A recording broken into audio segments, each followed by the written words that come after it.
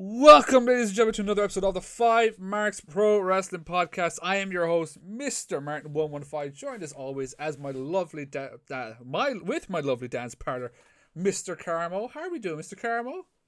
Been a while, Martin. We're kind of I mixing up our know, words right? here And again. thank So God that Emmett's it's getting a not bit loose. here. It's just the two of us now. Yeah, back to normality. It's good. Back to We're normality. We're back. We're good. But yes, welcome everybody. Welcome back for another week. But, well, another week of the 5Marks Podcast, and this week we're joined by another very, very special guest. He has his hands in literally everything. In gaming, in football. I guarantee there's people pissed off right now because I called it football. Guaranteed. And in wrestling. Ladies and gentlemen, it is Mr. Simon Hill. Wow, what an introduction that was. I don't think that gets any better for me now, so I'm going to make sure that I save this as my ringtone. So thank you very much for that awesome introduction. Really cool to be here, guys. Thanks for having me. At the next Wolverhampton show now, it's like, so Ango, this is how I'd like to be introduced. You can blame the 5 marks. Yeah, no, that's how it's going to go down. I'm going to have to tell Joey now that, like, I'm going to have to have my own Titantron. This is the introduction I want. I want pyro, fire. Yeah. I mean, I pretty much already know Joey's response to any of this. So. We're going to look for other people. It's okay. Yeah, pretty much how it's going to go. But thank you so much, Simon, for coming onto the podcast. Obviously, now this is a really cool story that I want to tell the people. When we were doing the who we should get on for the road to Scrapper, it was I had said, God, I'd love to get Simon Hill on because I was like gaming for myself, the bit of football for Carmo, and then Emmett loves backstage thing. I was like, that's brilliant, but it never came to me. And then you had reached out to us, and I was like, yes. Thank God! Stars align. I literally messaged the guys like Simon's just after messaging to come on. Brilliant! I don't have to do it. No, I heard your episode with Angus. I thought it was brilliant. I thought it was really cool, and obviously, Ango's one of the most insanely positive speakers the world has ever known. The first time I met him, I was like, God, this guy can really talk for England or Ireland in this capacity. But I was listening to the episode and I thought it was really cool. I was like, yeah, man, I'd like a bit of that. So saw some of your stuff on Twitter. I was like, I'll reach out and see how the guys are doing. No, it was brilliant that you did as well, because I was like, at the time it was like, okay, when are we gonna reach out to these people and get them on? And then we were like, oh, come on, whenever. I was like, yes, that's one off the thing off my shoulders. We'll get Simon on. But again, thank you so much for coming up. We'll start this the way we kind of we started with everybody. We're going to talk about literally everything you've been in with football, gaming. But we'll been for a long time. Are you sure?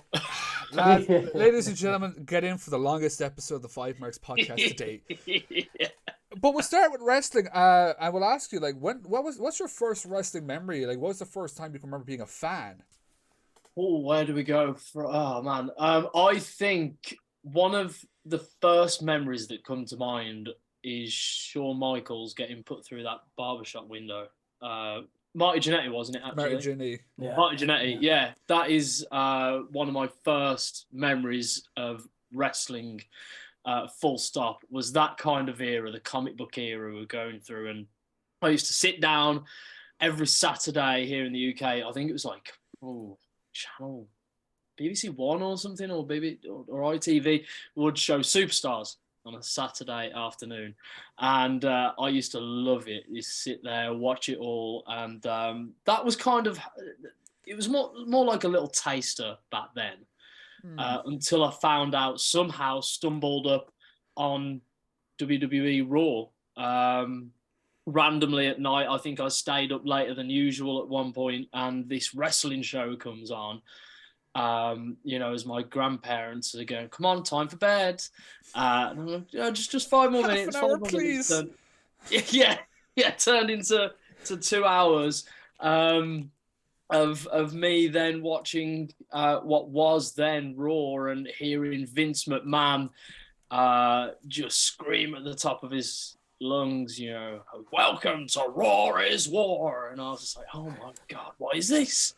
And man, yeah, that the rest is history, man. Like, I was absolutely hooked from their day of me being 13-year-old, wanting to know exactly what all this was about. Earlier on, the comic book days, it was very much if it's on, I'll watch it and I'll enjoy it, but I never kind of followed it, if that makes sense. So then who would you have like grown up kind of idolizing at that point? Because obviously that would have been kind of going into Attitude Era, would it? Yeah, it was kind of in the midst of both. So Shawn Michaels was my absolute go-to every time. I absolutely loved Shawn Michaels. I loved Bret the Hitman Hart. I loved watching Randy Savage, Ted DiBiase. All those guys were just encapsulating these huge, larger-than-life characters.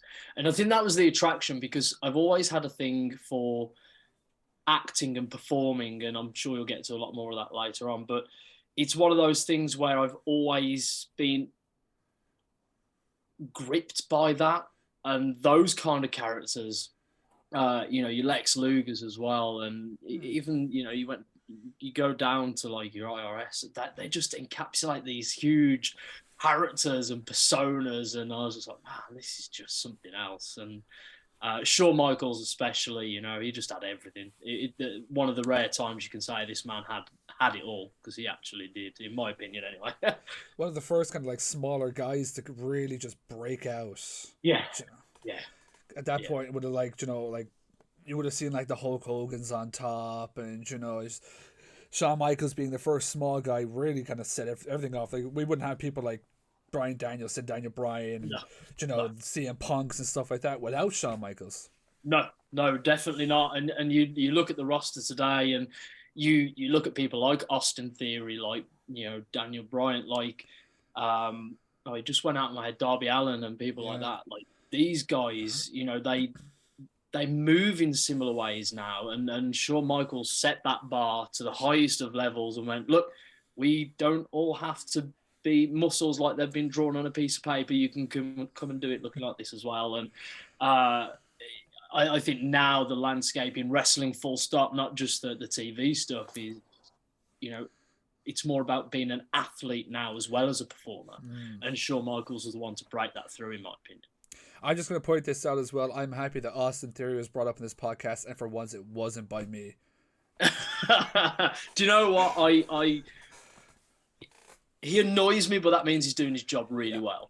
But you cannot deny that the talent that lad has in the ring. He's so good at what he does. And I don't want to like him whatsoever or have any form of respect for him, but I really do, because I think he's incredibly talented. I was just having this conversation with one of my friends, because we are talking about the new World Heavyweight Championship, and he's like, oh, who'd you see it winning it? I was like, there are two people I want to win it. I know who, like, we all know, like, kind of who's kind of going to go for it and win it, but I was like, LA Knight and Austin Theory, and he was like, not Austin Theory, he's so bad. I was like, now, is he bad because you don't like him, or is he bad because he's bad? Because if he's bad because you don't like him, he's doing his job. Yeah, 100%. And I would put money on that's the case, because that's the case with me. I don't want to like him, but I can't help but not appreciate what that guy's doing. LA Knight is another one.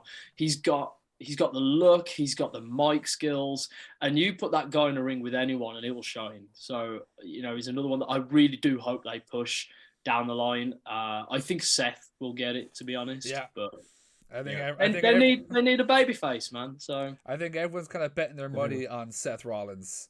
I'll get your opinion while it's on the topic of obviously the new. It's kind of the return in a different format of the big gold belt. What's your thoughts on the new big gold? I think it's a gorgeous looking belt. In terms of the angle for it, I personally feel like there are a few people upset backstage, and that's the reason for it.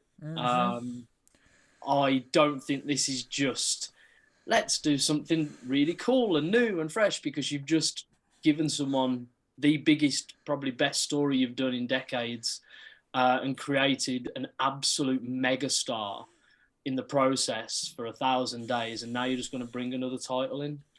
No, I think there's something a bit more going on backstage. I was a bit of the same when I woke up to Tuesday morning, and I was like, you couldn't just like take one belt off him. Like, let him keep the Universal title. That's the belt that's going to go for 1,000 days. Just take the WWE title off him. I was like, oh, well, 3 world titles now.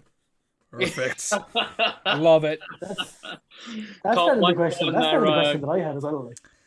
That's kind of the question I had as well. Are they going to keep both on Roman, or are they going to drop one? What's going to happen? Because they can't get rid of the WWE Championship, surely. I'd say they will. I think Roman's not going anywhere soon with these belts and this new deal that he's got. I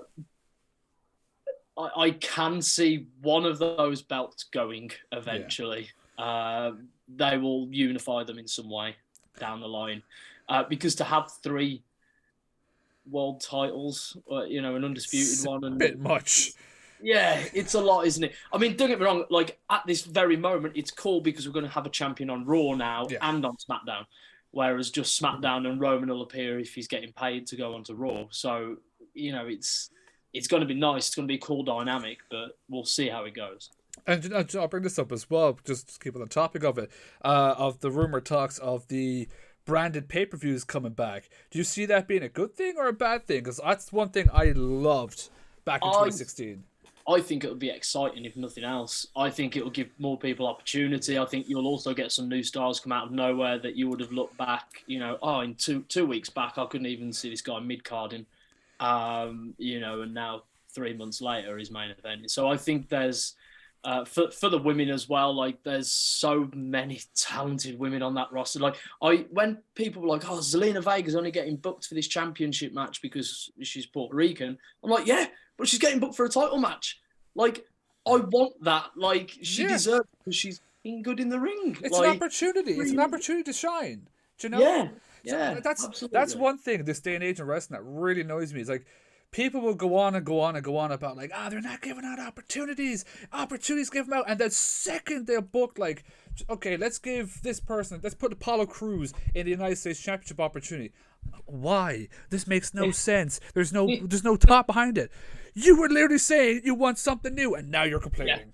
Yeah, exactly. Yeah, it baffles me. But, this is like wrestling Twitter and people just who don't want to sit and enjoy stuff.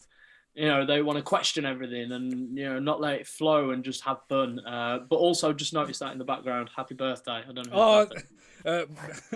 The parents made sure I did this. My birthday's on Sunday. Like, we got this for your background. I'm like, I hate you. I'll use it. So literally, pretty much by the time this goes up, it's like tomorrow by the time this goes up.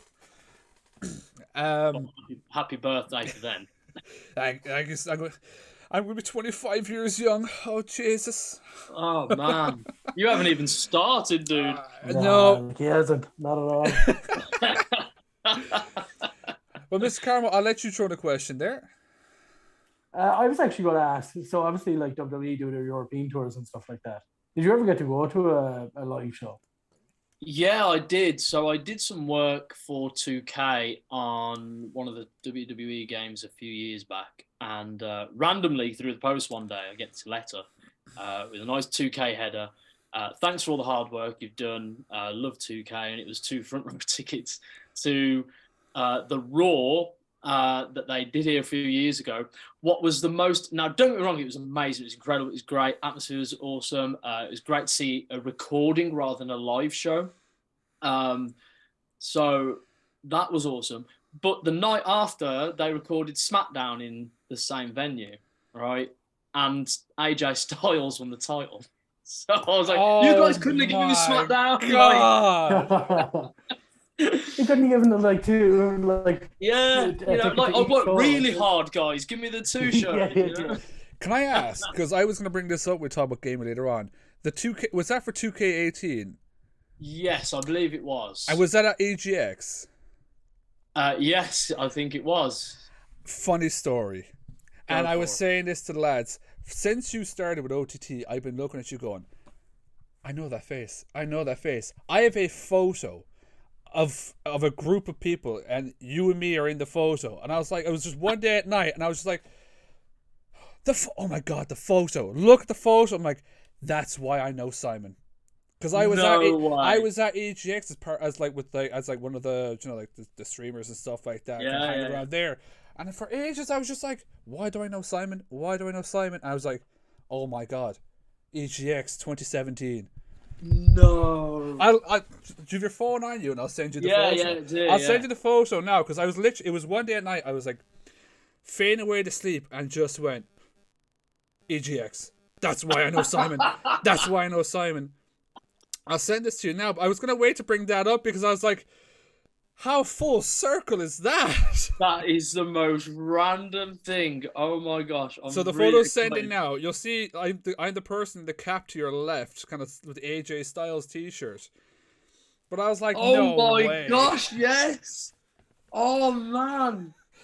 So when you said that, I was like, yes, I knew it was Simon. But I'm sure you'll put it up on full screen for everyone to see. Oh, yeah. Just... That is incredible. What a throwback. You know what? This has now been the best podcast I've ever done. Okay, this is awesome. But for ages, I was just there like, I swear to God, his face is so familiar. Why don't I remember seeing him? And just one night, I was like, I have to bring this up in the podcast. So when you were like, oh yeah, I did work for 2K, I was like, it was him. Oh my God, it was him. That's incredible. Wow, I look so young and youthful. It's okay, so do I, and that's why I'll never shave my beard again. I thought that was the one event I went to. I was like, you know what, I'll just shave and I'll be clean faced, and I'm not. And since then, I've been like, yeah, never again.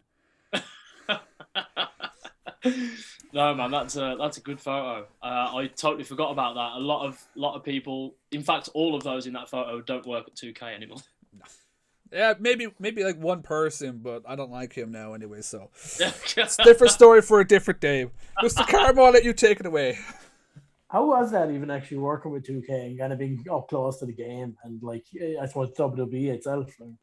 Yeah, it was incredible. And as you can imagine, a dream come true. I mean, working in video games industry anyways, it's like anything else, you know, working in wrestling and football, it's amazing and so like gratifying, like, but when you're working in it, it's very demanding. They're all very demanding roles, and there's so much that people don't realize what goes on behind the scenes. But in terms of working close with 2K, I've had such a great relationship with them over the years, working on WWE, 2K and NBA. In fact, I got a lot more out of the stuff with NBA with them than WWE. But I remember when we did the press event for 2018, I think. Seth Rollins on the front of that one? Yeah, 2018. Yeah, that's the one. And we're sitting there with the press event. I wasn't told this was happening. And all of a sudden, we're like in this bunker, and they've set it out. It looks amazing. There's a staging area. It looks super cool. And all of a sudden, this big shutter opens, and there are standing Gallows and Anderson, just randomly. Oh, I think I remember this. It was like, are you playing the game at the time or something? Yeah. That's it. And we got to interview them, so I got to do like a cool little interview. But they did a gimmick on me, so I was literally just standing there and like I work out, and I like to show that I work out. So my clothes are usually a lot tighter than any other normal human beings. So I was wearing this really tight top that was showing my muscles, and they were like picking at it and going, "Oh, look, he's wearing his girlfriend's clothes again," and just like absolutely ribbing me in front of all these people. But yeah, that was a lot of fun. And then obviously, yeah, when we did get to go to some of the live shows, again, phenomenal, because they treated us like absolute stars. So it was really cool, really good fun, getting a good insight into the game, into the development cycle and what the plans were at the time. But obviously now, you know, with this whole new look they're going with, it's working. I've played the new one. It's very good, really enjoying it. So it's, yeah, hopefully, you know, wrestling games again are getting into that place that we once knew, kind of back in the SmackDown versus Raw 2009 days. And Even further back with, I don't know if some of you remember, like WCW Thunder and that would have been way Revenge. before me. I think I have one thing I have a WCW game upstairs I bought recently, because I actually haven't. I'll show you this because it'll be on camera as well. That's on camera. Just above me here is from SmackDown 1 all the way, so it goes all across every single game to 2K20. What are we on now? 2, 3, whatever one is this year. Goes straight away across. I have every game all on display. That's how much of a nerd I am. Yo, look, nerd, embrace the nerdiness, man. Exactly. Like I said this to Emmett, one of the other marks here. We were working together for a long time, and I remember I came into work after the new one came out. I was like, "Oh, I just completed GM mode," and he's like, "Martin, the game came out a week ago. What do you mean you just completed GM mode?" I was like, "It's just really good, okay?" I would literally come home and I would spend 2.5 hours playing GM mode, going through it, and I was just like, "Yeah, I completed it, beat the bot," and he's like, "What?" I was literally playing GM mode about an hour ago. It's really good this year. It's so addictive. It is. To me, the last time was really, really good was 08, and I think that was the last time we ever had it. And last year was okay. It wasn't exactly anything special. There was obviously a lot of things missing, but I feel like they nailed it this year. Absolutely nailed it. I mean, if they can get it to like a Football Manager style down the line, that would be where I'd want to see it, where you can just have unlimited creativity. Like, I think that'd be super cool. The one thing I'd love for them to bring back is they used, like, THQ had the storyline kind of contract concept where you can do the storylines. I'd love to do like your own little storylines. So kind of super cool. That's going back. Oh, this is going back. I was saying this to Sam, Andrea, when it first came out. If they could implement some of the stuff from Universe mode, like promos and backstage tags and stuff, GM mode is set. Yeah, 100%. But I'll go back to wrestling. Obviously, you watched it with the Edge there. Is there ever a point that you kind of dipped out and then came back into wrestling? Yeah, I did. Pretty much after the Ruthless Aggression era, and we started getting that really weird time of Evan Bourne's and oh, little Evan Bourne. I kind of switched off a little bit because I then started focusing on my career and went into radio, and that was my life. Basically, for years, was just finding my feet within the entertainment industry. So I think between the ages of probably 21 to 26, 25 maybe, I'd pretty much shut off from it a little bit. And then, came back in. It was very up and down. I'd still watch WrestleMania every year. I'd still watch SummerSlam every year, but I wouldn't be keeping up with storylines or anything like that. I'd turn things on and realise that some wrestlers weren't even there anymore, or something had happened to them, or this, that, and the other, and I hadn't got a clue. But yeah, it's I did take a break for about 5 years, I think. So you would have missed like the era of Punk, the summer of Punk, and kind of all that stuff. Yeah, but again, I think there were still things that I would try and deliberately go out my way to watch, like Punk and some of the Jericho stuff, him and Cena and things like that. So, but even now, I mean, with the network, I've gone back and watched some of that stuff, especially with some of the talent that were thriving in that era. So at what point then would you have kind of come back into it? That's a good question. I don't know. Is the complete honest answer. I don't know. I can't remember. There's no memory that I can think of that would be like, that's the first thing I remember when I came back. No idea. Can you remember if it was like kind of brand split, like Raw 2016? Yeah, the brand split had definitely happened by then. Would it have been before or after EGX?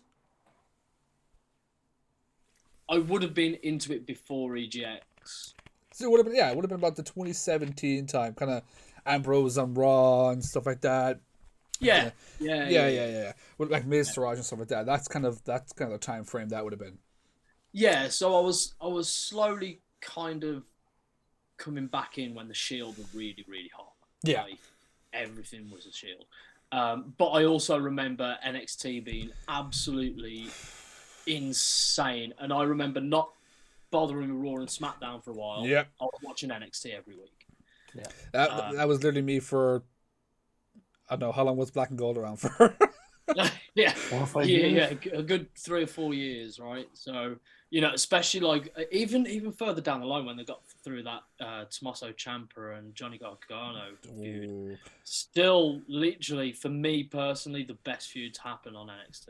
I was there for the first match in New Orleans, and oh my god, Ciampa coming out to no music, it made me pop. I was like, oh my god, Hunter hasn't come out to no music, you genius, because the place was deafening. You literally couldn't hear yourself because everyone was booing and everything. I remember there was a point in the match that it was some sort of false finish and it got me, and I was like, oh my god, Ciampa went over, and my mate was like, no Martin, no, the match is still going. I was like, oh fuck. But no, Ciampa Gargano is, honest to God, I think Roman's bloodline storylines kind of taken over it now, but it's definitely top 3 the last 10 years. Oh, 100%. Yeah. So I want to ask about NXT Black and Gold. So like, what would have been like your favorite thing to come out of the Black and Gold era now that we're gone to it's not 2.0 era, it's just NXT. Yeah. It's a ropey era at the moment for NXT. They're going through a transition, I think, at the moment. But for Black and Gold, I mean, man, you can name anyone, can't you, right now that's on top of their game from back then. I have always been a massive Rollins fan. I always will be. Even back on the Black and Gold, he was just having banger after banger, man. Like, he was so good. You look at the women, name one, that they were all there. Yeah, the Becky Lynches, the Baileys. They were all there smashing it. The Sasha Banks Bailey match at Brooklyn is still one of the best matches of all time for me in NXT history. There's some underrated ones on there as well. I think was it Asuka and Emma? Maybe. Was this Asuka's first takeover match? Maybe. No, it was Ember Moon. Ah, yes. Yeah. When everyone thought that Ember was going over and Asuka went over. Yeah, that's it. Yeah. Again, I mean, Ember Moon was just incredible to watch every time. Oh my, that's one. It's one of many people that Vince dropped the ball with. Yeah, definitely agree there. There's quite a few. I'm glad that Emma has come back. I just hope they do something with her. I'm glad that Chelsea Green has come back. I hope they do something with her. I know they're trying to get a gimmick over, but I'm like, you guys know she can wrestle, right? Like, that's a lot of people on the WWE know they can wrestle, right? Not just a gimmick. Exactly. Yeah. This is what they're paid to do, guys. Just let them wrestle, let them have some fun. But yeah, Triple H is doing a great job over there. So, at what point then would you kind of have started to notice? I'm sure you've been watching like outside of WWE for years. Yeah. But at what point would you start to notice things like OTT and all the promotions then over the UK? I had noticed a long time ago. So when I worked at Kerrang Radio, we actually had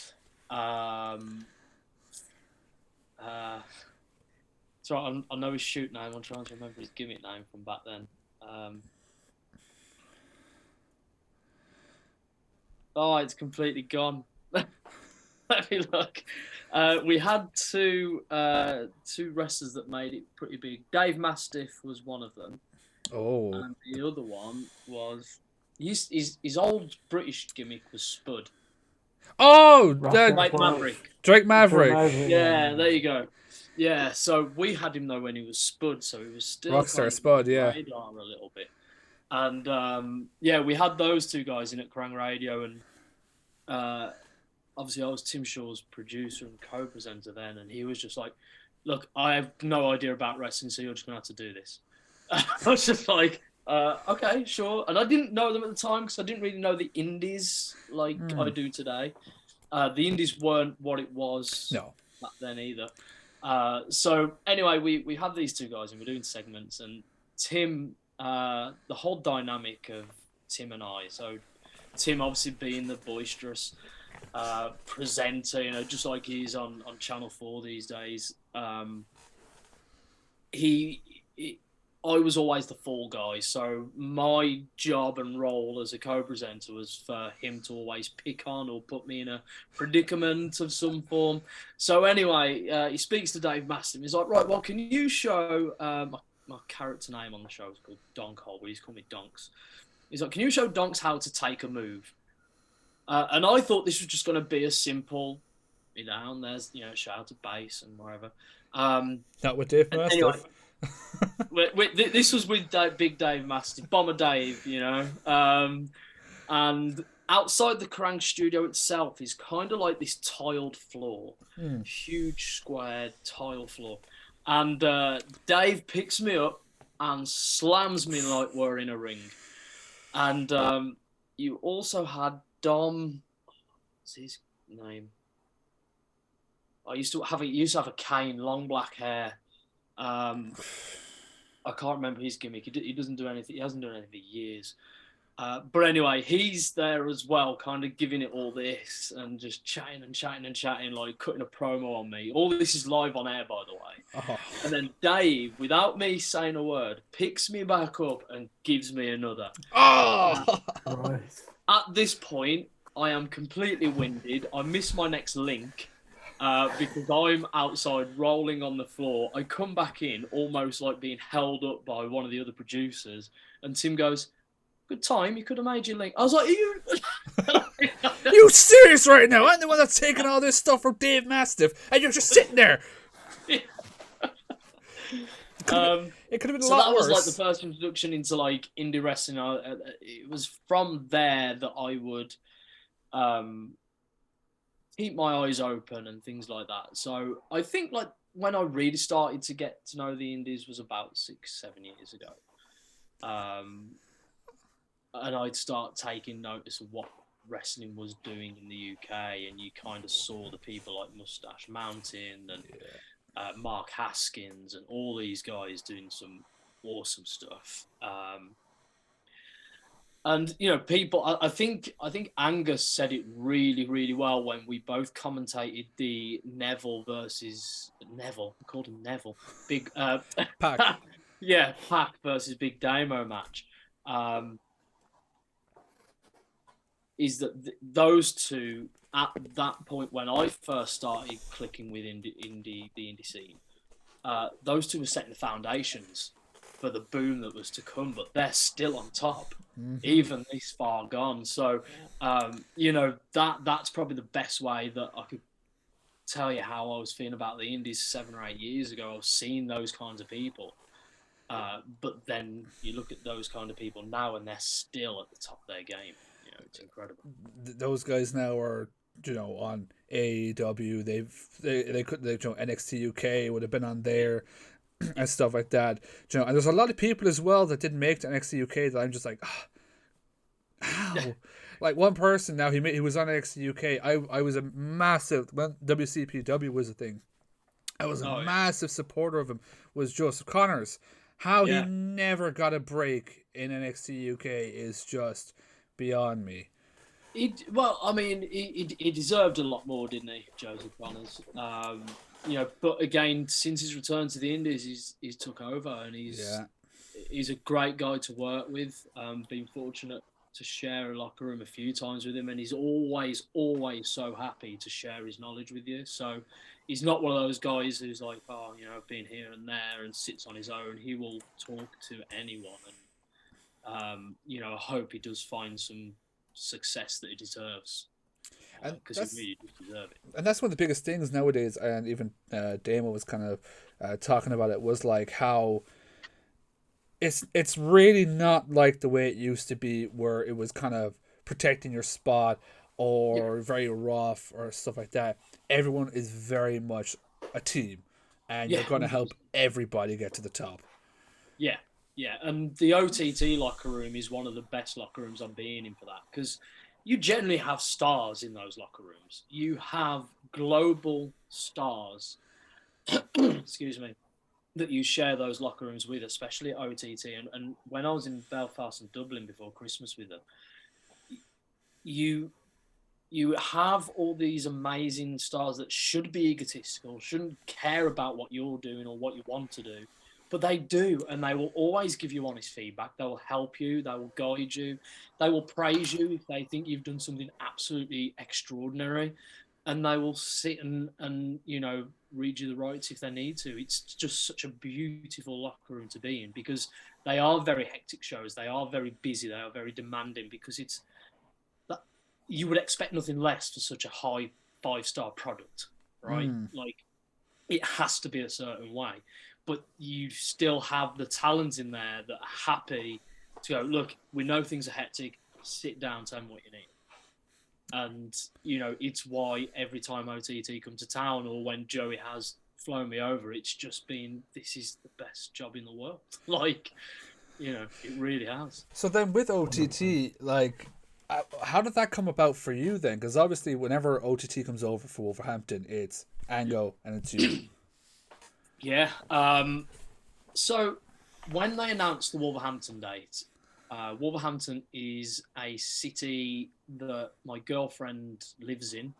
It's also a city that I have worked in for the last 7 or 8 years, and it's down the road from where I was born. So when I saw that they were doing the Wolverhampton show, I dropped OTT a message, heard nothing back, and then left it another month and messaged Joey directly, if I remember, and instantly response, watch fee where you're from. And we had this conversation anyway, and went back and forth, and he really wanted me to get me in, because I have a commentary reel as well that I send to every promoter. So if I want to get on a show, I won't just expect them to go, well, how do I know what you sound like? I send them stuff. Because that way they know if I fit their product, if my delivery is what they're looking for, or if it's not, then they'll be able to judge that. And Joey instantly, was like, yeah, no, come to... I've got one of my guys coming over. I didn't know that was Ango, because I didn't really know much about Ango. I knew of the name, but I didn't know much about him. He said, I've got one of my guys coming over, so you'll team up together. And that was it. And then I walked in not knowing who I was looking for, anything, into the hangar in Wolverhampton, saw Joey, very quick hello. The words of leave Joey alone on show days are very true. He's a very busy, demanding guy, and again, he will always take the time to say hello, always take the time to make sure you've got your directions on what you need to do, and he's got a lot to focus on. So it was one of those where it was like, right, hello, that's Joey, right, okay, so now what do I do? Who do I talk to next? Yeah. And what was it like meeting Ango for the first time? And like, is there anything like straight away he was like, let me teach you this and let me tell you that? No, quite the opposite, actually. So when I first met Ango, I instantly knew that this was going to be something special, because he turned to me and was like, I was like, what do you need from me? Do you want me to just leave you to do play-by-play? I'll do colour because this is your gig, And he was like, no, he's like, you're good enough for what you do. Like, let's just not make it about play-by-play. If you've got something that's worth delivering a certain way, I'll latch onto it, and vice versa. And so he'd obviously researched me in some way, or watched what Joey I'd sent to Joey. And it was straight away a dynamic that barely took a match for us to get comfortable. But he was super welcoming. He made me feel like part of the team instantly, as did Joey. Didn't treat me like an outsider whatsoever. And after that first show, I remember there were a lot of tears for a lot of reasons backstage, all positive. And I remember just having this moment with my girlfriend, and I shed a few tears because OTT, from the day that I got into wrestling, was the #1 promotion that I aspired to work for, and I had just worked a full show for them. So I shed a couple of tears uncontrollably, and out of pride and out of, realizing that what I'm doing is working for me, and I'm starting to get places for the right reasons. Do you know what I mean? And yeah, it was quite a somber moment, really, and I did shed those tears because I was just so happy to be working for promotions such as OTT. That one promotion that had been at the top of my list for 5 years or more. And so, it's not like it was just like a normal show. This was their first, I believe, a first Hanger show, and it was an 8-year anniversary this year. Yep. Yeah, and the 8-year anniversary. Yeah, it was, and that's what made it extra special. I said that to my girlfriend. I was like, this isn't just a throwaway show that they're going to test how this goes. It's an anniversary. Like, this goes down in a history book somewhere. So it's special to them. So for them to trust me, huge deal, absolutely huge. I'll let you ask. You see people. I was just going to say, you see people there like Trent Seven, obviously Tyler Bate came out at the end. You've man like Therese, all these kind of people. Like, it's a really, really big show, especially over in Wolverhampton as well, where a lot of these guys are from. Like. Yeah, so I mean, some of those guys I've known quite a while. Trent Seven, especially, I've known quite some time now. In fact, my girlfriend used to train with him years ago, before COVID. So he's not been any stranger. Darius is someone I've shared lots of cars journeys with up and down this country. But I think what's great is we're all from the same area, and this area at the moment that we're from is booming with talent. Like, it's genuinely unmatched right now. Like, we have Millie McKenzie, Darius, Dan Maloney, the Hunters, Trent Seven. I think I reeled a lot of them off that were on the card on the last show during my introduction. And it was just one of those moments where I was like, OTT world champion until recently, Amari, he lived literally 20 minutes down the road. We are creating so much talent, and there's a lot to come through still as well. I like as well how different the Wolverhampton shows are, because it is a lot of the UK guys getting like on.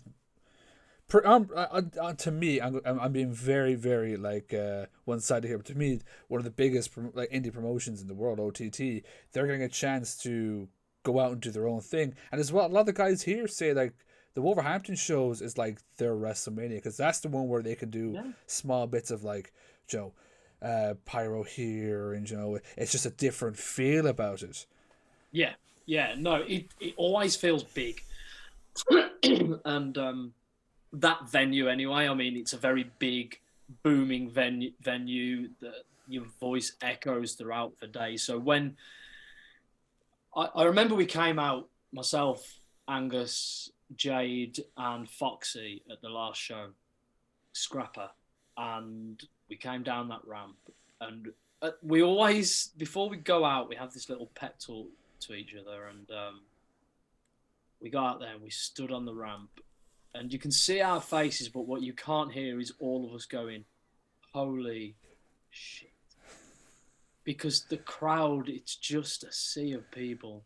There are no empty spaces. You can't move. It is that packed. So for me personally, again, that was another personal moment, and I do remember saying something about it in that little bit of dialogue I did at the start of the show.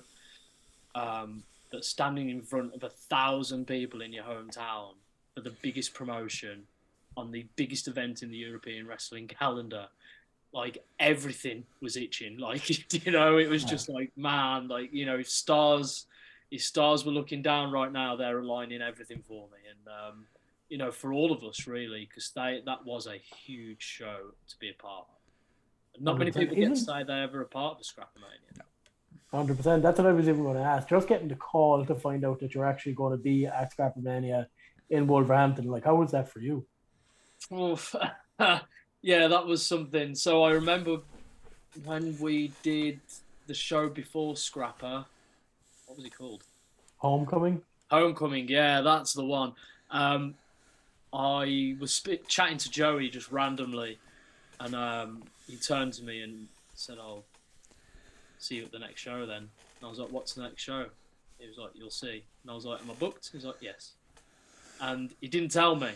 And then I saw it on Twitter, and I messaged him, and I was like, "Is this the next show?" He was like, "Yeah, I'll see you then." Just, yeah, that's next show. Why didn't you tell me? But I'm going to ask this as well, because obviously this is, like, I know we're only just into the year, but so far a lot of people's favourite match of 2023, and it is, because he said it to himself to us in Dublin, his favourite match in his career, but Trent versus Sammy for the NLW title. How was that like to call? Because that is now, and Trent said it, his favourite match in his career. It was that was a big one to call, man. I remember myself and Ango, we weren't actually sat down for any of that one. We were both stood up for the whole match, which was really cool. It didn't help that we had rocky chairs, but it was the electricity in the building for that match was off the chart. Everyone on their feet, everyone's eyes fixed firmly on the ring, and yeah, even myself and Ango decided to stand up for that because we just felt it. And everything we were doing, I think what was really cool, and this is how I know myself and Ango are now setting, knowing each other and when we're going to come in and deliver something, is I don't even remember looking at Ango once, and I don't think he looked at me. We just called as it went. And there was no overlapping, there was no confusion, there was nothing. It was smooth.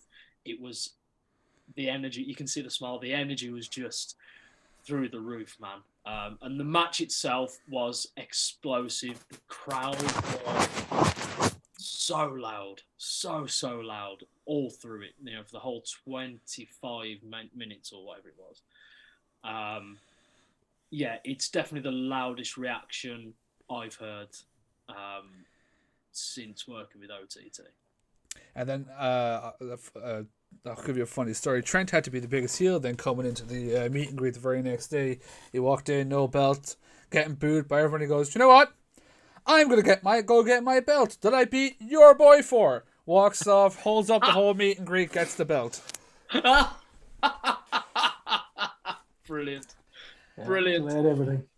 I'll let you ask another question there, Carmo, because I feel like I've held this hostage. I was actually going to slightly move on a small bit. I was slightly away from wrestling and going to football for a bit. This is his section. I know that. Yeah. This is kind of what I take on. Go for it. I'm going to butcher the name of the team, but I believe it's Walsall that you support. No, you got it. You got it in one. It is. Okay. It is. Yeah. Tell us about that. Tell us about growing up watching Walsall. Being a Walsall fan is it's an experience that you put yourself through.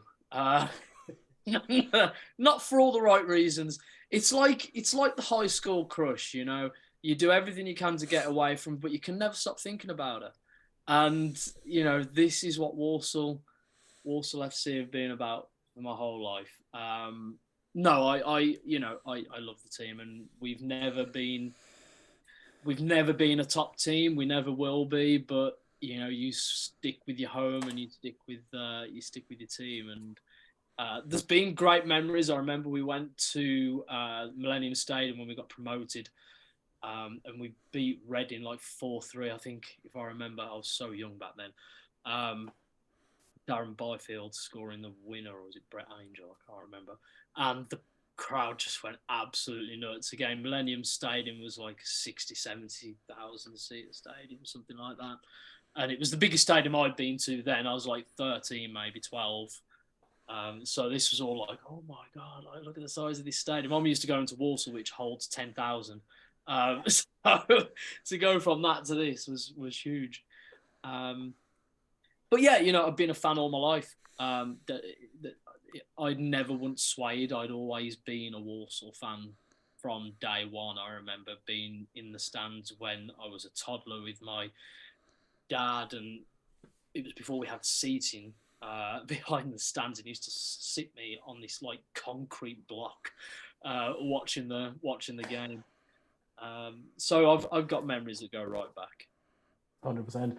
But even for the football league, like I'm a Liverpool supporter myself, so I follow the Premier League a lot. Sorry about that.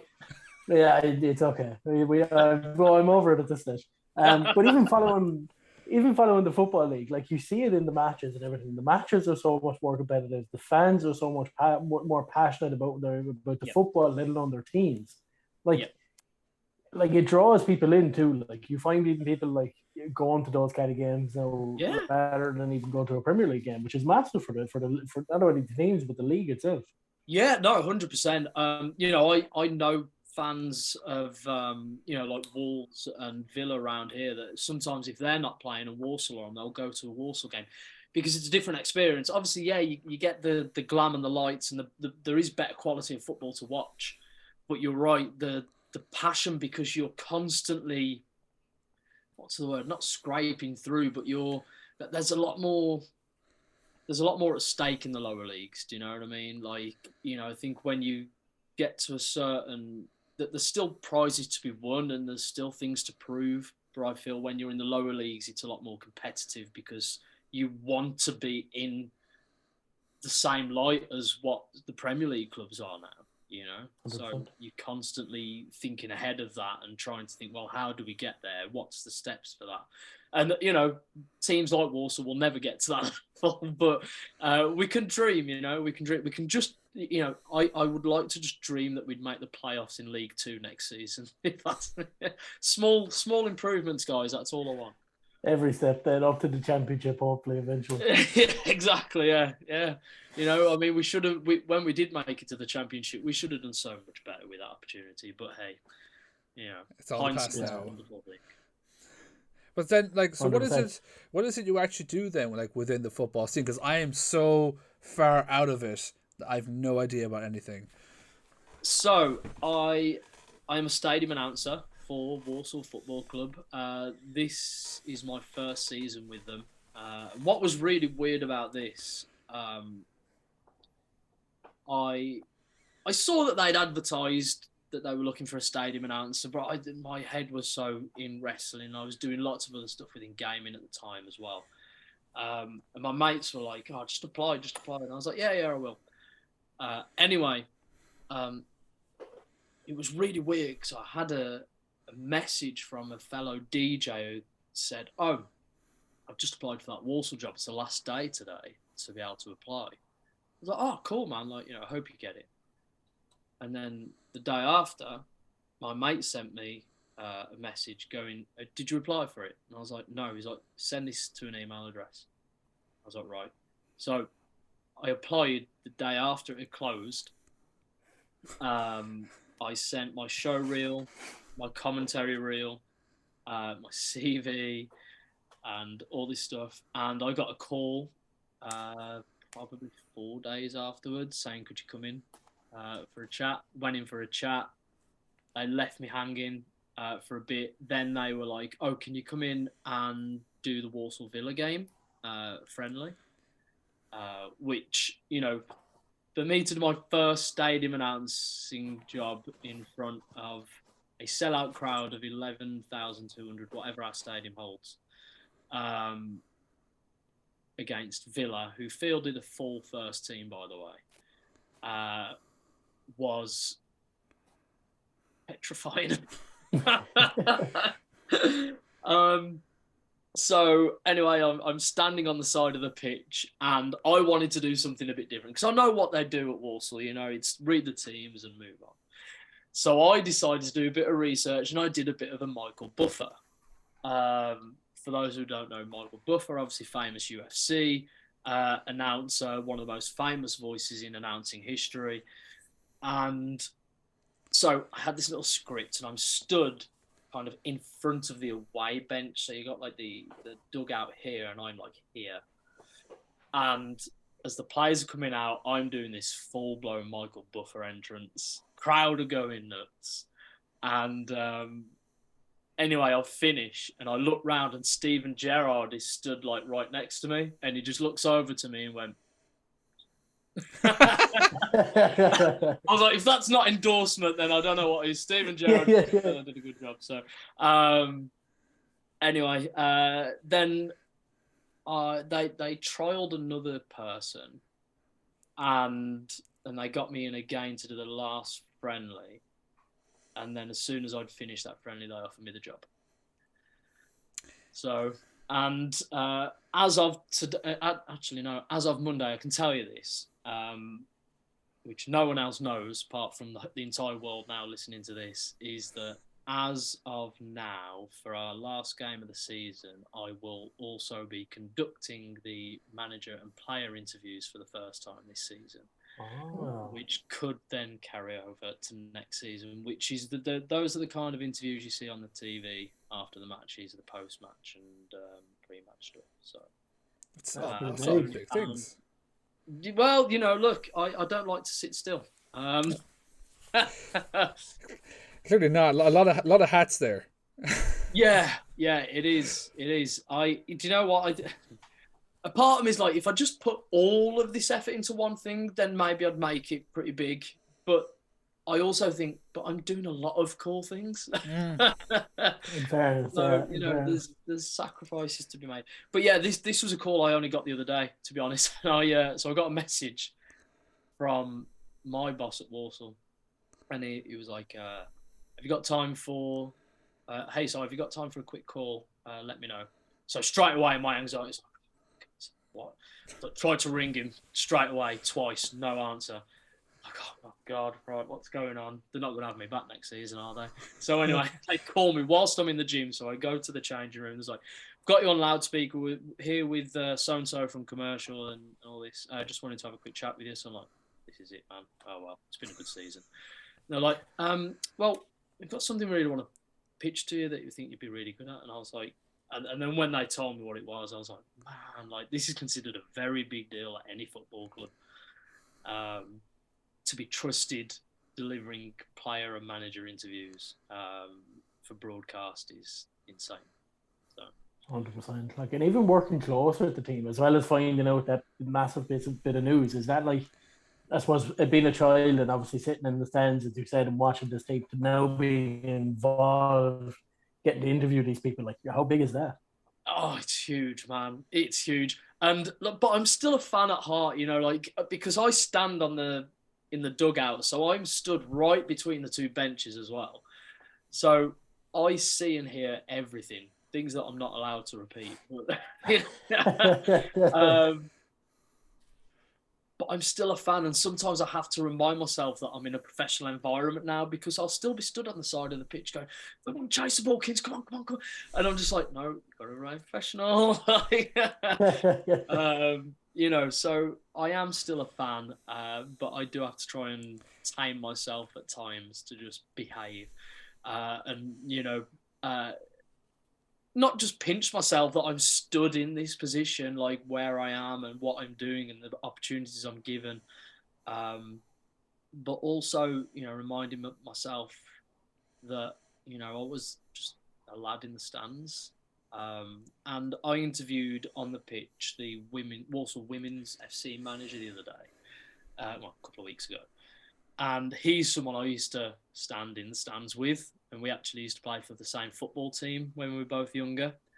And I'm interviewed. So we're stood before we go onto the pitch, we're just having a chat. And he's like, go easy on me. And I was like, don't worry, it'll be fine. And at the end of the interview, I'm still on the mic. And I say, like, personally, from two lads that just used to stand up all game over there, and to, two lads who used to play football every Saturday morning, I'm proud of you, and it's great that both of us are able to do this now, from, just sitting up there shouting our mouths off to now, doing it for the club. And that's something special. And even if this was my time up at Walsall Football Club, I've got to work for the team that I've supported my entire life. It doesn't really get much more personal than that. 100%. It's something that every football fan dreams that they could do. Yeah, exactly. And I remember getting this job, and I said to my mate who's an Arsenal fan, you could send me to Highbury, the Emirates. You could send me to Wembley. It wouldn't be the same. It wouldn't be the same going out at Old Trafford. Like, I would still rather go out at Walsall because that's where my heart is. So, 100%, absolutely. Yeah. Baron, I'm going to pass it back over to you and let you take over on the gaming side of things. Before I go jumping, because this is my time to shine now. I just want to because obviously we're talking about being that fan sitting out there, and now you get it is like when you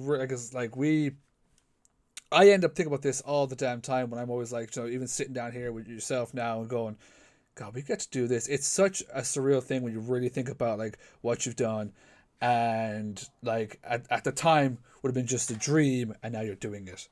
Do you know? Yeah. It is such. It's almost like an out of body thing. It's like, oh my God. Yeah. Well, I think the biggest out of body experience that I've just had literally a couple of days ago. Like, I get to do this for a lot of promotions in the UK, and I'm very fortunate now to be on the team at OTT. But on Saturday, there's been a storyline involvement with me and a wrestler, Lance Vera, incredible young talent in this country, and this has been going on for quite some time. But Saturday, the story led us to. I'll do a quick synopsis. So last year he blamed me because he could hear me on commentary and blamed me for getting eliminated from a Rumble because he could hear me and it was distracting, and this is where the story was going, and it was all. What was amazing about this is it was all natural. Nothing was written. There was no promoter going, this is what we're going to do. No booker going, this is a good angle. This was just something natural that happened, and it took off a lot bigger than both he and I ever thought. And it led to him trying to attack me, getting suspended from the promotion, and then making a comeback. He catches me backstage. And just before he's about to get his hands on me, someone makes a save. And all the while he's tried to get his hands on me. He's tried to, and couldn't quite do it. Well, there was a match on Saturday that I was on ringside managing my friends who were there to fight my corner because I'm not a wrestler, I'm a commentator. And Lance Rivera's got his partner in there with him as well. And anyway, there's this cool spot where he was going to go and hit one of my friends with a chair. I stop him with a chair. He clocks me. I full-blown sold off the apron, just went for the floor. My girlfriend, who's a professional wrestler, was stood at the side, and she thought that I had completely messed myself up to the point where she was going to run over and see if I was all right. Look, at least I know my selling's good, right? I was going to say, at least you know that you actually end up working a wrestler. Like, you thought it was her. Yeah, exactly. And anyway, at the end of that, I managed to sneak up behind Lance after the match, which he won. And get my payback, stunned him out his boots. And it was the first and only time that I got to do something in the ring like that. I've trained a little bit, obviously, but everyone was telling me about the crowd reaction, the pop this, the pop that. But in there, I heard nothing. It was white noise to me. Absolutely nothing. And I'm sure, in some of your interviews, you've heard talent mention that, I wondered, I'm not sure what the pop was like, or, when they do come backstage, they're like, oh, what was the reaction like? Like, you're standing in there, what do you mean? What? Yeah, but they're right. You can't hear it, like, because you're in this moment, and this bubble has got you for what you're focused on doing, and you breathe in it. And until I went back through the curtain, and the promoter turned to me and went, "Oh, that was quite some pop. We've got a main event match next day. We're meant to top that." And I was just like, I don't know what you're on about. What are you talking about? There was nothing there. But then that's even like a question itself to end off even with the wrestling. Would you ever actually do just one match, one time in the ring? If it was right, if it was for the right reasons, like I know my place in wrestling, and I know that I do a good job as a commentator. I know that I work well doing my broadcast side of things. If there's a good reason for it and it helps both parties, then absolutely, yeah, I would love to. I'm happy to go and train for 6 months and get a 2-minute spot in and exit stage left pretty quick. Leave it to professionals. But yeah, I would love to do if it was for the right reasons. Just come in and do a whole Brock Lesnar squash, walk out. Yeah, exactly. Yeah. The world's strongest commentator. Yourself and Ango at next year's Scrappermania in Wolverhampton. He would win before we'd even got through the ropes. Honestly. All my money would be on Angus that night as well. Not at that point, you're just throwing the match to make money. Yeah. Well, look, he's the money maker, isn't he? Because he's the talker. He's got the gift of the gab. He's got the look. He's got the style. He's got it all. But I'll move over then to the gaming side. Obviously, you kind of have yourself in a lot with the esports side of things. Obviously, you're a host. You just did Insomnia, I believe. Yes, correct. Yeah. Obviously, we just talked about the fact that you were part of the 2K stuff with EGX. But what's it like kind of getting to host all these events? Because I think Insomnia was is it 3 days? Is it Friday, Saturday, Sunday, or just Insomnia, Sunday? yeah. So I was on 2 different assignments at Insomnia. So on the Friday, I was hosting the main stage for Ubisoft. So Ubisoft had employed me to do the Friday, and Insomnia employed me to do the other 2 days. Those kind of events are beyond thrilling and a dream that most presenters around the world, whether in gaming or pop culture, would snap anyone's finger to, get involved in. They are also the most exhausting job I think I've ever had in my life. When you have to be switched on for 8 hours straight on a stage, going from hosting a Just Dance competition to then interviewing actors from Resident Evil to then interviewing developers about this new game, you have to hold so much information while still keeping the beats of being on time for everything, whilst being able to manage the stage and host the stage in a way that's engaged. And it's a very, very tough job. But I guess that's why they get the guys that they trust, and they know that they can do a good job. Because I remember, so on the Saturday or Sunday, I can't remember. Sunday, I think it was. I got told I was doing a Q&A, but I knew I was doing a Q&A days before. I just didn't know who with. And they told me 15 minutes before we were going live that you're going to interview the cast of Resident Evil. From the games. So yeah. I had the girl who plays Jill Valentine, Heisenberg, Leon, Claire, and Lady Dimitrescu.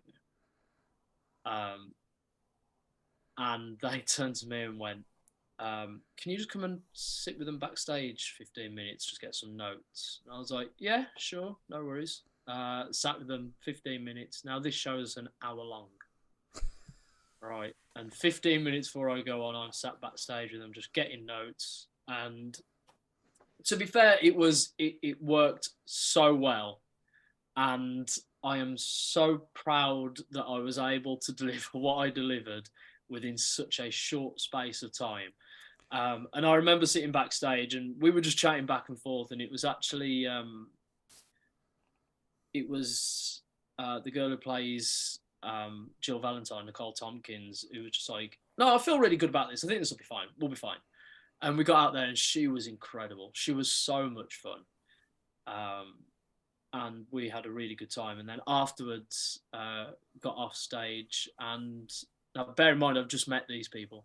They both gave me a hug and said that it was incredible. And I think it was Neil, who is the one that voices Heisenberg, turned around and said, "Thanks for making that so different, because we're just used to the same questions all the time."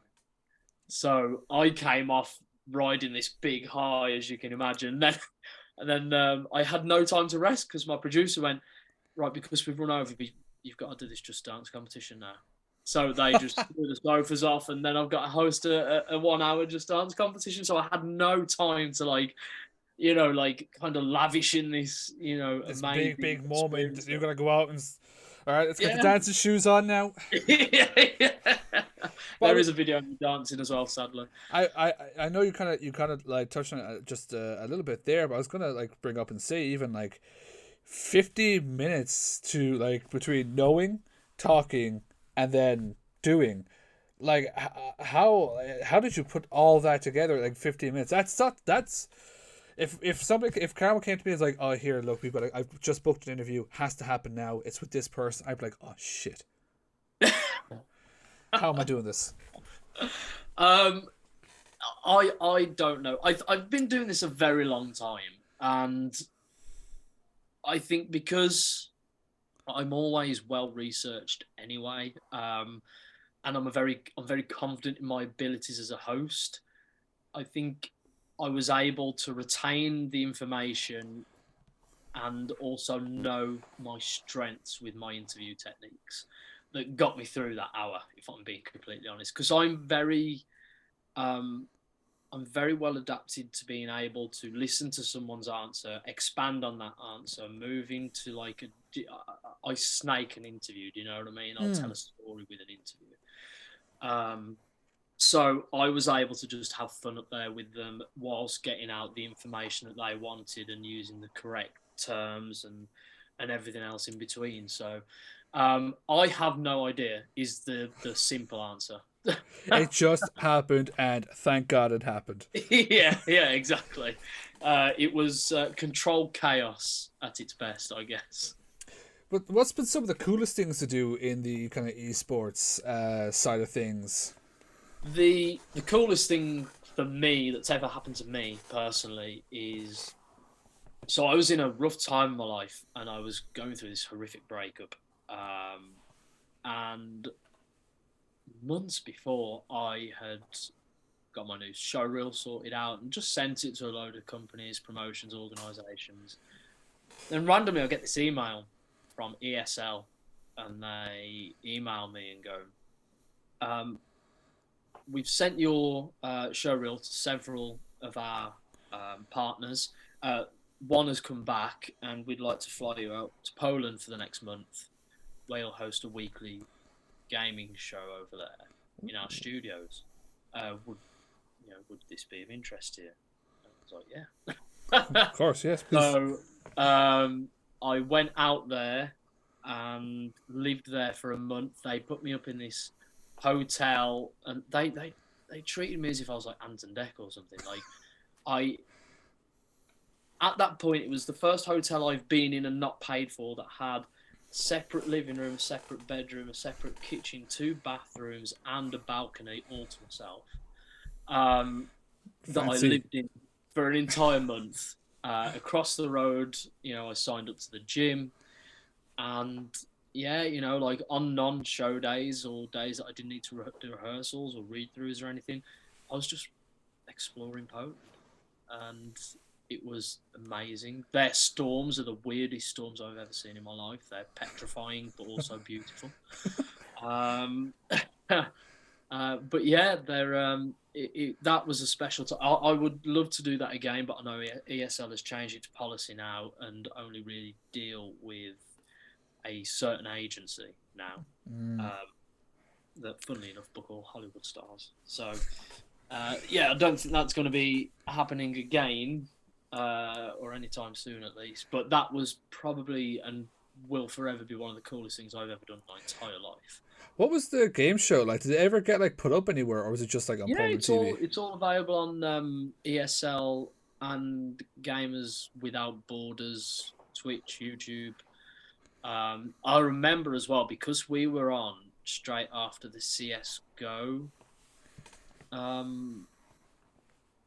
semi-finals or the tournament that was going on.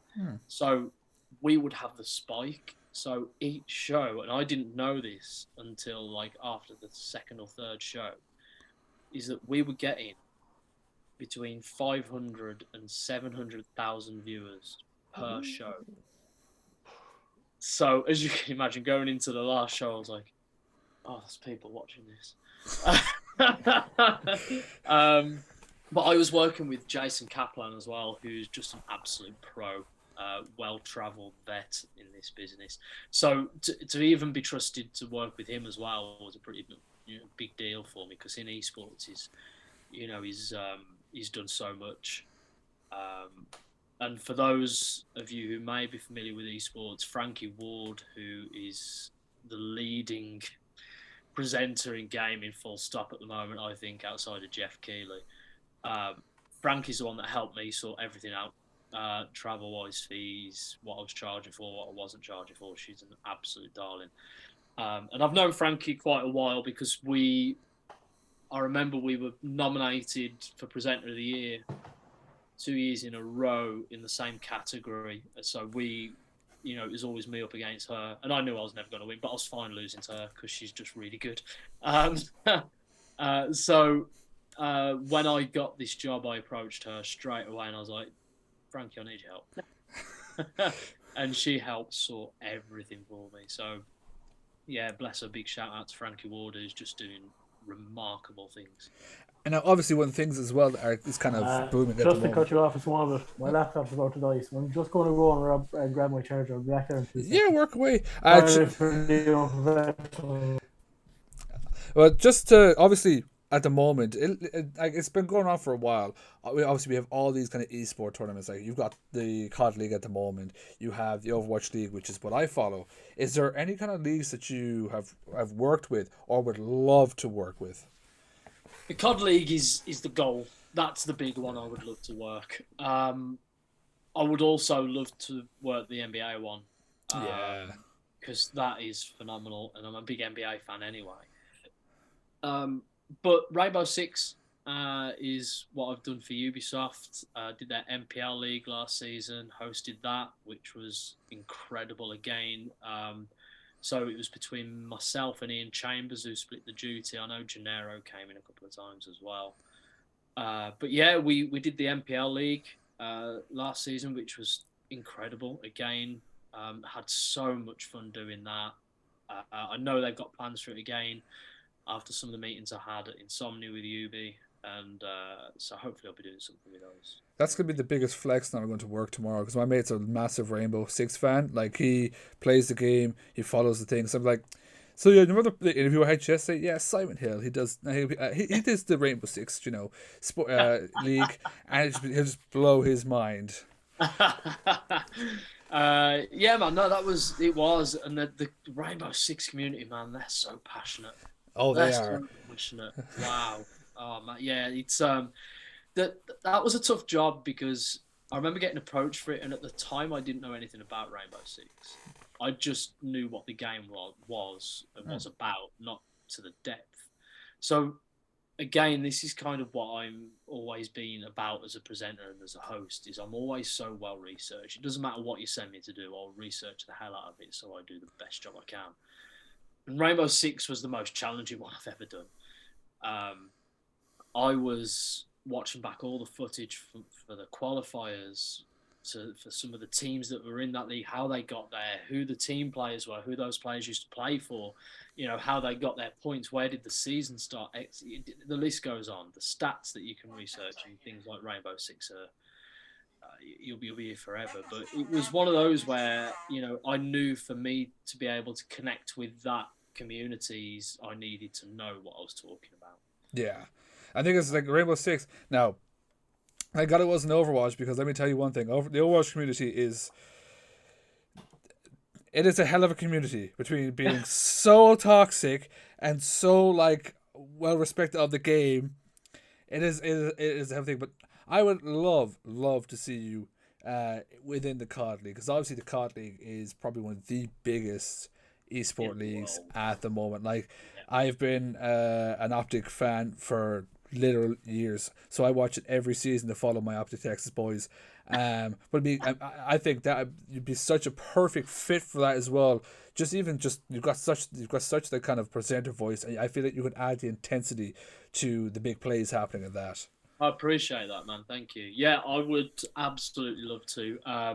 Again, even though I know how to get into a lot of these things and who to speak to, the COD League is the one that just eludes me. As much as I've tried to find connections, they are very much an in-house team with the COD League. So it is a lot of graft. But I'll keep knocking on those doors as I always do. It's got me this far. So who knows how far I can go next. Exactly. I think the closest thing would have been, obviously, because they were supposed, before COVID, they were supposed to actually come over here. That's right. And they haven't come over. They've not come over since. So I feel like that would be the big door knocker if they ever come back. Huge. I mean, I'd love to. If there's ever an opportunity to work with the guys at COD, I would love to. It would be so cool. But definitely a good list. Well, we're coming up now to about an hour and a half, and I've asked a few. I put up in the OTT fan page about if we want to start getting the fans involved. So we've got a few fan questions for you. Yeah. A lot. So I have a lot to go through. Sure, so I'm gonna start with this one. Now this one went completely over my head, so hopefully you understand it. It comes from Robert Tellers. He says, "What would be your fantasy double act to appear for OTT? The duo should consist of an OTT regular and a person who has rarely, if ever, featured for OTT. It can be tag teams, commentators, or a potential new ring announcer or ref." Ooh, okay. That'd be really interesting. Okay. So OTT regular. So I'll go Adam Maxted and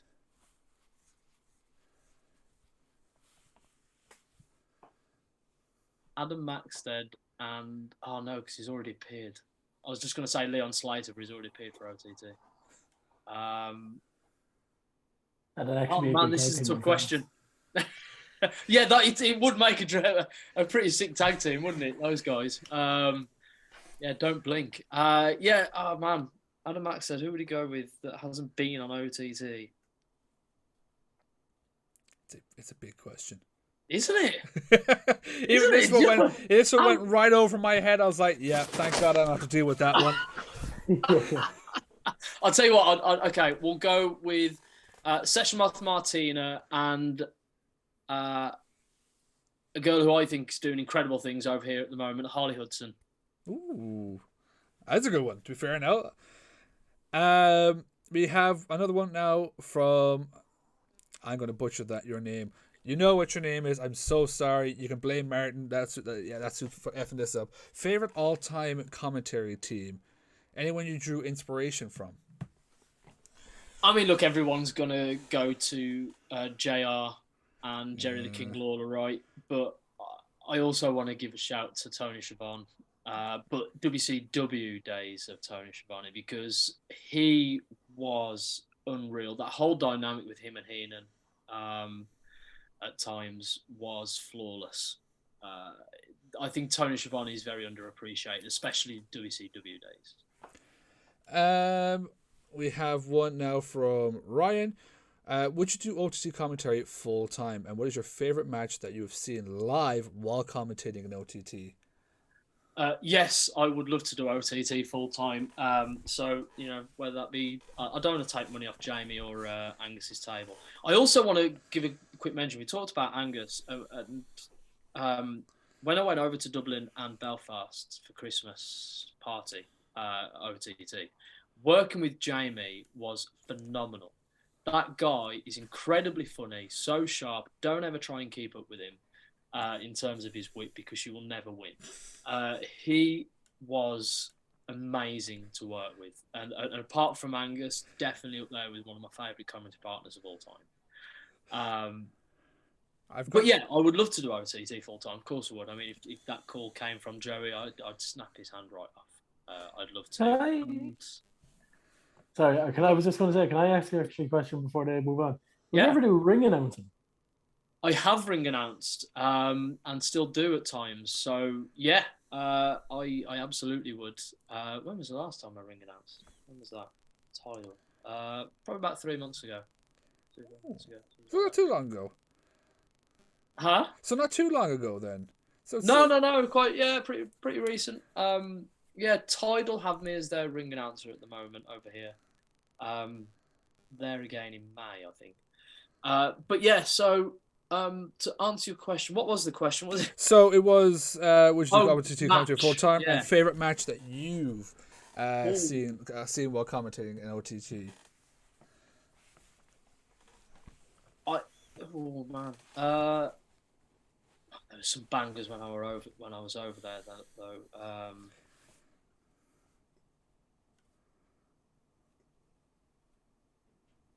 Trying to remember some of the cards. Do you know what? I'll say Trent and Sammy D has got to be up there, but I also do think that Pack and Damo match was phenomenal in Wolverhampton. That was just a masterclass from start to finish. I also loved that I finally got to call a Debbie Keitel match whilst I was over in Ireland, and one of the best things that I've ever seen and called OTT wasn't a match, but I've known these lads a very, very long time, and to get to see the reaction they get in Northern Ireland, Kings of the North. Oh, my word. I was told about it, and, I've worked with those lads for years now, but getting to do that, and it was me and Trent Seven on commentary for that.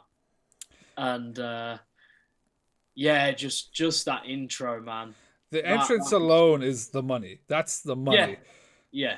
It's pure gold. And again, Trent and I had never commentated before together until the night before that one in Dublin.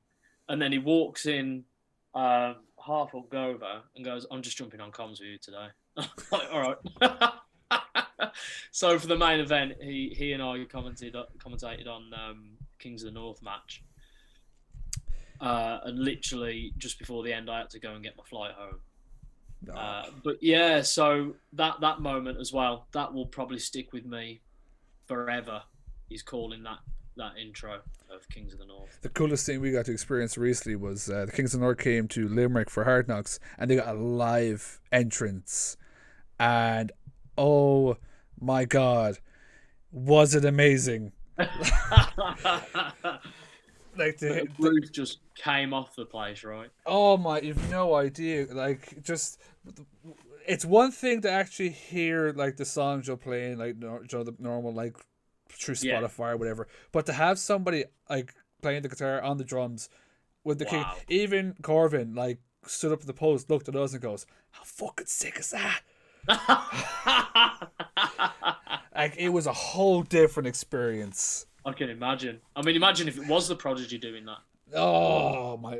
I think Corvin with David Turner. I'm like, yeah, I'm done now. That's it. Yeah.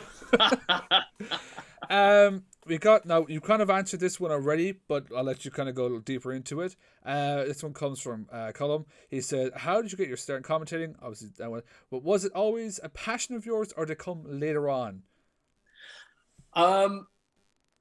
I think it did come a little later on, to be honest with you. So I started my wrestling life as a backstage interviewer for TNT, and it was only only after COVID the Odyssey Pro Wrestling approached me and was like, we want you to be our commentator. And then the more and more I started getting heard, TNT then got me as their commentator, so their backstage interviewer. And then all these other promotions kept getting me in as their commentator. So it did come a lot later on in my wrestling life, probably a couple of years into it. So yeah, you know, commentary now is probably 3 years strong. I think I'm in the business about 5. So yeah, it's just been a bit of a ride, really, a bit of a mad journey it's gone from 0 to 100 in, you know, less than 5 seconds. It's been That's the wrestling commentary for you. 0 to 100 like that. Yeah, literally. This one comes from Kyle then, who says, who is the best crowd? Wolves, Dublin, or Belfast? Oh, man. I love you, Wolves, but no, for me, it's got to be Belfast. I've not got to experience the Belfast crowd yet. Dublin were incredible, like super loud. I was then told about Belfast like all weekend. I was like, you wait to see this Belfast crowd, you wait to, and we got there. And at first I was like, it's loud. It's probably Dublin loud, but it's not anything louder. And they only got louder when the Kings of the North came out. And then I was like, okay, this is something else. Like this is like TV worthy loud. Like, you know, yeah. It was unreal. So yeah, Belfast, I'd say definitely louder. You know, Dublin are on fire at any given moment. And the Wolves crowd are very different. You know, they're different from both. I think that's what makes OTT so strong right now is they've got 3 very different crowds to play to, with 3 very different reactions. All the Belfast people now are going to put you so over. Like, do you know, we'll make him full-time commentator now in Belfast. we like Simon now. Do it. Now, this one comes from Declan, and now this one really went right over my head because I have no idea what the hell he means by this question. So I'm hoping it's maybe football or something. Because can Wolves do it on a cold, rainy, windy night in Tallaght Stadium? No. I'm not a Wolves fan. Straight to the point with that. With that, Gogs, I had no idea. And then the last question then comes from our Mr. Two Belts, Mr. Roberts. What is the first memory you had that really got you into wrestling? Obviously, you answered the beginning, but with Shawn Michaels and stuff like that. Yeah, it was. I'll answer it for getting into it as a worker. I remember seeing like the indie scene booming, and I wanted a new challenge within broadcasting. So, like, my gaming stuff at that point had kind of dried up a little bit. So I was looking for a new outlet, and I found. No, that was it. Right. Yeah. So I'd just been working for Deep Silver, who've obviously just released Dead Island. And I left there for various reasons. And I was like, right, I've had enough of gaming for a bit because I'm emotionally scarred. So I need a new challenge. I love wrestling. How do I get into it? And I remember I saw, I think it was at a bar, and it was Trent Seven, Eddie Kingston, and Orange Cassidy. And I was DJing one of Trent's after parties, and we were all chatting, having a drink, and I was just banging on his door, just let me do something, come on, like this is my show reel, this is what I'm good at. And he never got back to me. And anyway, I'm sitting in a bar at like 5 a.m. There's me, Mecha Wolf, and my sister. And my sister overheard a conversation of a certain signed talent say, oh, yeah, I know Simon. Yeah, he's never going to make it. and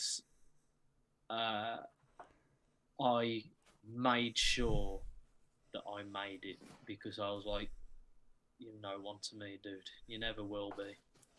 You never have been, and you're never going to stop me. And ever since that moment right there, I have never been so successful in my life. I mean, look now, like calling Scrappermania for OTT, the 8-year anniversary. Yeah. You pretty much shoved it there. You know? Yeah, exactly. 100%.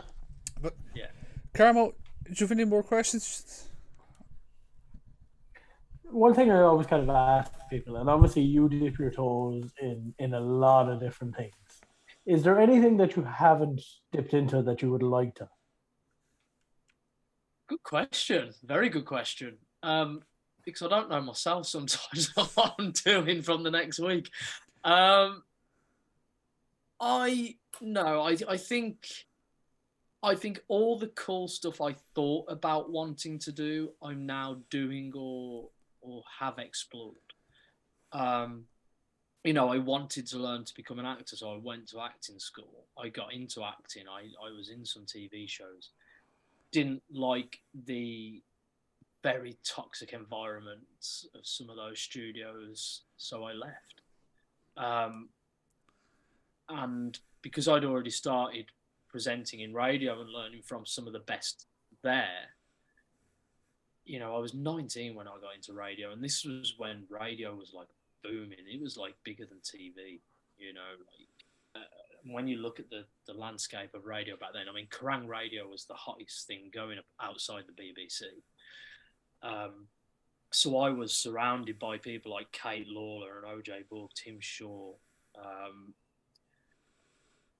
Emma Scott, all these people that were able to teach me how to do this job.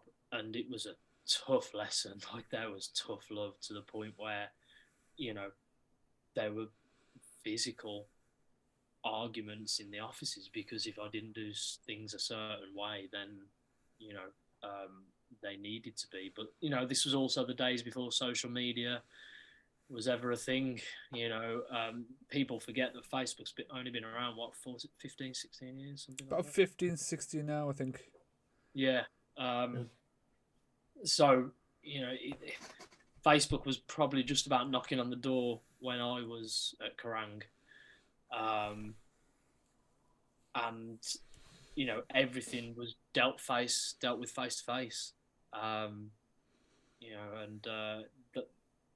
Those were the times. I still think Kerrang Radio is the biggest lesson I've had in my lifetime, and it will always be one of the best memories of my lifetime, because I got to work for, at that moment, the #1 radio station in the UK, with some of the best presenters in the world, who would then take their time, as well as the producers, to teach me how to and how not to do this job, because I've been able to carry it on for the rest of my life, through everything, through commentary, through announcing, stadium announcing, presenting, hosting these gigs. I still have Tim Shaw's voice in my head sometimes going, no, just approach it like this, you'll be fine. Even after all these years, sometimes I flip my TV on, see him on Channel 4 doing some weird car crap, and I'm just like, we're both doing well, we're both happy, we're both smashing it and enjoying our lives. And that's what it's all about, man. Like, I know people that have jobs they really hate, and I know it's hard to get out of. And if there's anything to come out of this podcast whatsoever, then focus on you. It's not easy, and it never, ever will be. But if you do what you love, even just a little bit, your life will be so much better.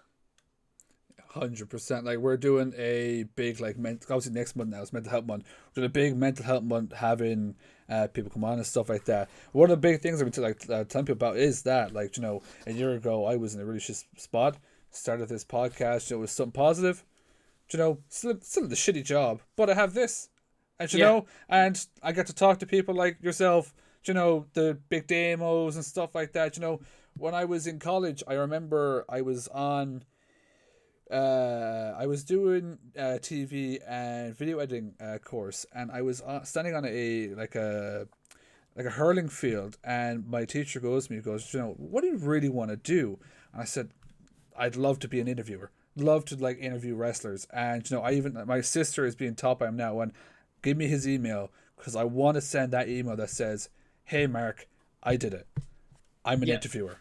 Yeah. It's just small goals. Set them for yourself, no matter how big or small, and go for them if they make you happy. Yeah, 100%. Couldn't agree more. And that's the thing, don't put too much pressure on yourself. Don't think you've got to be at the top of the mountain tomorrow. If you want to be an interviewer, what's the first thing you do? Right, I'll tell you what, I'm going to buy a microphone. That's step one. Right, what's step two? Okay, so what are the basics of interviewing? What do I need to do? You know what I mean? Set yourself small goals, man. Like, you don't have to do it all tomorrow. Just because you want to start a podcast doesn't mean you're going to have to spend. You have to go and spend $2,000 on some kit because you don't need it. 100% agree. 100% agree. And like there's loads of people. There's also like one thing I would say people focus on as well is try and set yourself apart from the others. It's it was a little bit easier for us because no one's really I watch a lot of Chris Van Vliet, who is a big interviewer, over in America and stuff like that. And I take a lot of what he does, to the 5Marks, sit down, chill, chat like your best mates, and just let the person get their story out. And, just set yourself apart from everybody else. And the one thing, I know a lot of people start this to try and do this.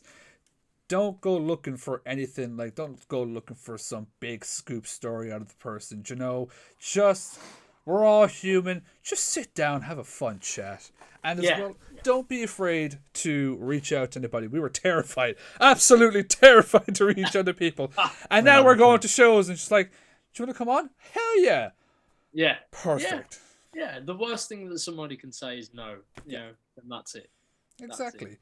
And luckily, so far, we've never had a no. So... Simon Next time we ever come to have you back on again. Remember that time you said no one said no? No. I'm busy. Thanks. Go away. I could never say no to you now, guys. That's the problem. I put myself in a predicament. We did the same thing with... we had a wrestler called King Galacini on. And, I don't typically like him, and he calls us the 5-mark bullies, and like halfway during the podcast he goes, I could never not come on here again now. Like, you guys have made me like you. I don't like it. Brilliant.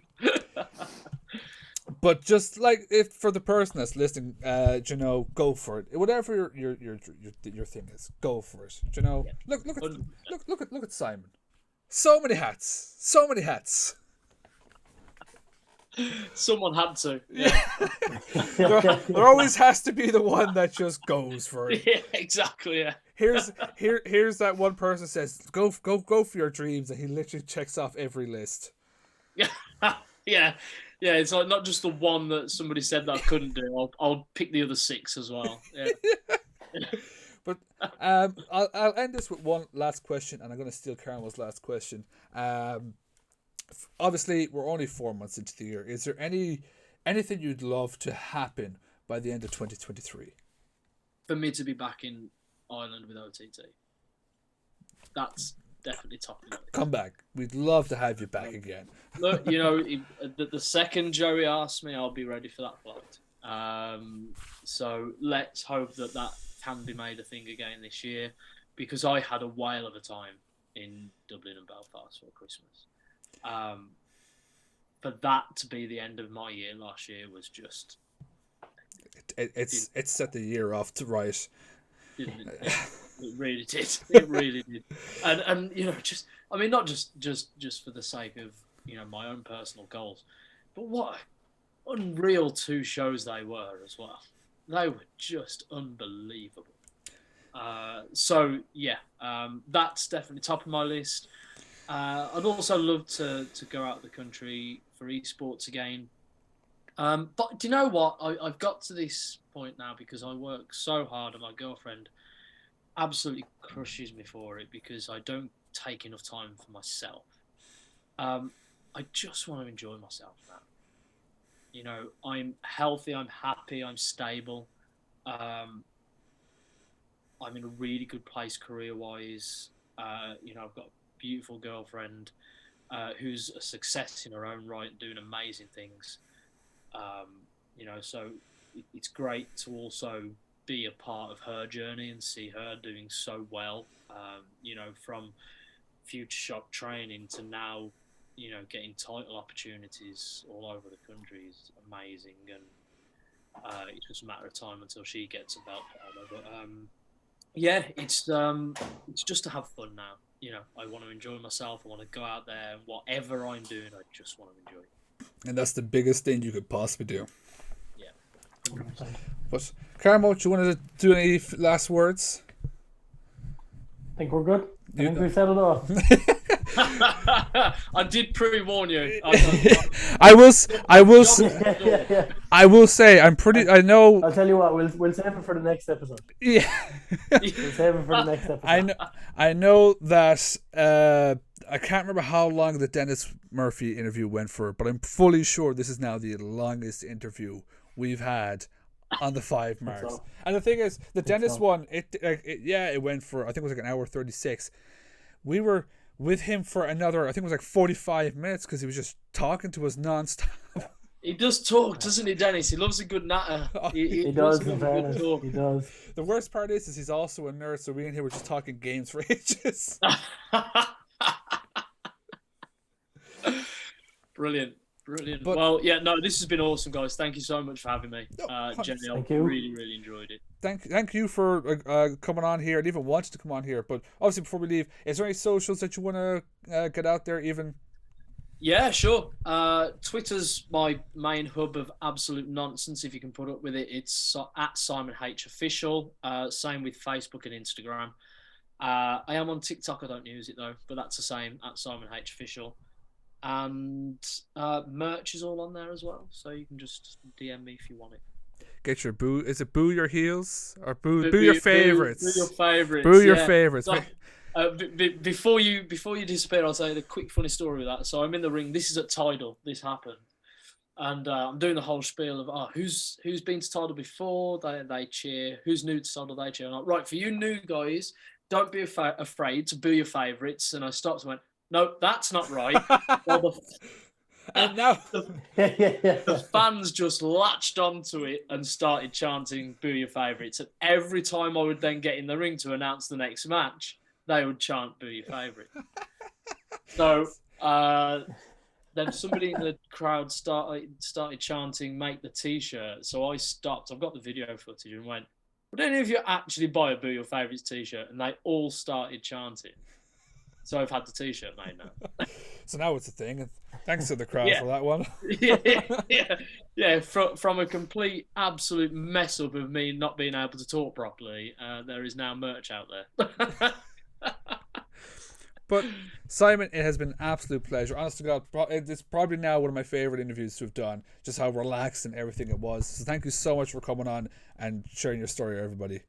No, it's been incredible, and thank you guys. Keep doing what you're doing. You're smashing it. This has been so much fun, so I really appreciate it.